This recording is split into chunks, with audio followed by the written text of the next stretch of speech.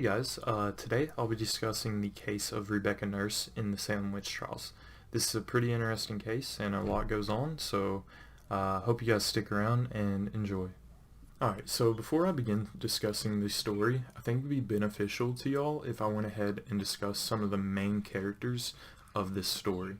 So these won't be the exact full family because they had big families back then. But these are going to be some of the main names that are going to keep popping up in the story, and it'd just be good if you got familiar with them. So I have a list of them, and I'll read off them. So first we have the Nurse family, which consists of Rebecca Nurse. She's the main victim of the story. We have Francis Nurse, which is her husband, and they have kids together, about 8 of them. So moving on to the Putnam family, we have Ann Putnam, which is the mom, and then we have Ann Putnam Jr., which is her daughter. Of course, they have a husband and other kids together, but those are the two we're going to focus on right now. Then we have the Parris family. Now, the Parris family, we have Samuel Parris, which is a minister, and he's a pretty important person in this story. So we have Betty Parris, sometimes known as Elizabeth Parris, which is his daughter, and then we have his niece Abigail Williams. There's other names that, like I said, that's going to be mentioned throughout this story, but these are just some of the main ones that are going to pop up a lot, so yeah. Rebecca Nurse was born on February 21st in Yarmouth, England, to parents William Town and Joanna Blessing. She had 3 brothers along with 3 sisters. They were all raised in a Puritan way, and she was also baptized in the Church of St. Nicholas. In 1640, when Rebecca was 19, the family decided to move from England to the United States to a place called Topsville, Massachusetts. Here, Rebecca would meet Francis Nurse, and they would marry at 23 and have 8 children together. Francis and Rebecca lived in Topsville majority of their life until they would move to Salem in 1678 when she was 57. They were offered a 300-acre plot of land, which they took up on, and they just lived on the land and worked the land. They were pretty successful in Salem. They were also well known in Salem as they attended the Samuel Parris Church, and people thought of them as God-fearing Puritans and as good people. So overall, they held a good status in Salem. So during this time, the idea of witches were starting to grow more common, especially in New England. But for Salem, the minister Samuel Parris was starting to put fear in his people with his sermons. For example, this comes out of a book that I will link in the description. It says, "Our Lord Jesus Christ knows how many devils there are in his church and who they are. What is meant here by devils, one of you is a devil. And by devil is ordinarily meant any wicked angel or spirit. Sometimes it is put for the prince or the head of the evil spirits or fallen angels. Sometimes it's used for the vile and wicked persons, the worst of such, who for their villainy and impiety do reasonable devils and wicked spirits." So pretty much from this quote, he was pretty much sparking fear into people and saying evil was starting to rise in Salem. So this was definitely making the church members and the community get anxious and fearful. As for Rebecca Nurse, though, she was getting into arguments and lawsuits over her property line with the Putnam family, which started to grow some tension in between those two families. There's also no hard evidence on this, but people do believe that there was jealousy starting to rise just because of her success, her family's success during this time. So the first incident took place in the Parris home where Betty, Abigail, Ann Jr., and their friend Elizabeth Hubbard would all gather in the kitchen with Tituba. Now, Tituba is an important character to this story. She is a half-black, half-West Indian servant to the Parris family. Tituba would say spellings and incantations in the kitchen with the girls, and she would also teach them fortune-telling. A little bit later, the girls would start acting very strange and screaming, barking, hiding under chairs, and speaking sentences that didn't make sense. The family became concerned with the way their children were acting and decided to take them to a doctor. The doctor believed that something evil was coming upon Salem and that the girls had a spell cast upon them. A little bit later, the girls would start spitting out accusations. In February of 1692, the first accusations began with Tituba. The kids told on Tituba to their family, and I think Tituba's family believed that she was a witch also, but Tituba claimed she wasn't a witch, but she knew who the real witches were, in which she said that Sarah Good and Sarah Osborne were the real witches.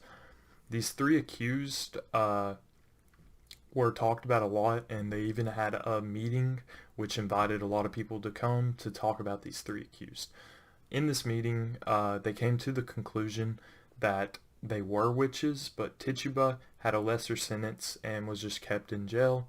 But unfortunately for Sarah Good and Sarah Osborne, they would be sentenced to death. Rebecca's family was invited to this meeting, but they did not go to it, which didn't look great on them. And also keep in mind that Francis Nurse during this time was very against the Putnam family. So during this time, these events started to spark a lot of attention, so people from other neighboring villages wanted to come to Salem and see what was happening. One of these people were Reverend Dudat Lawson from Boston.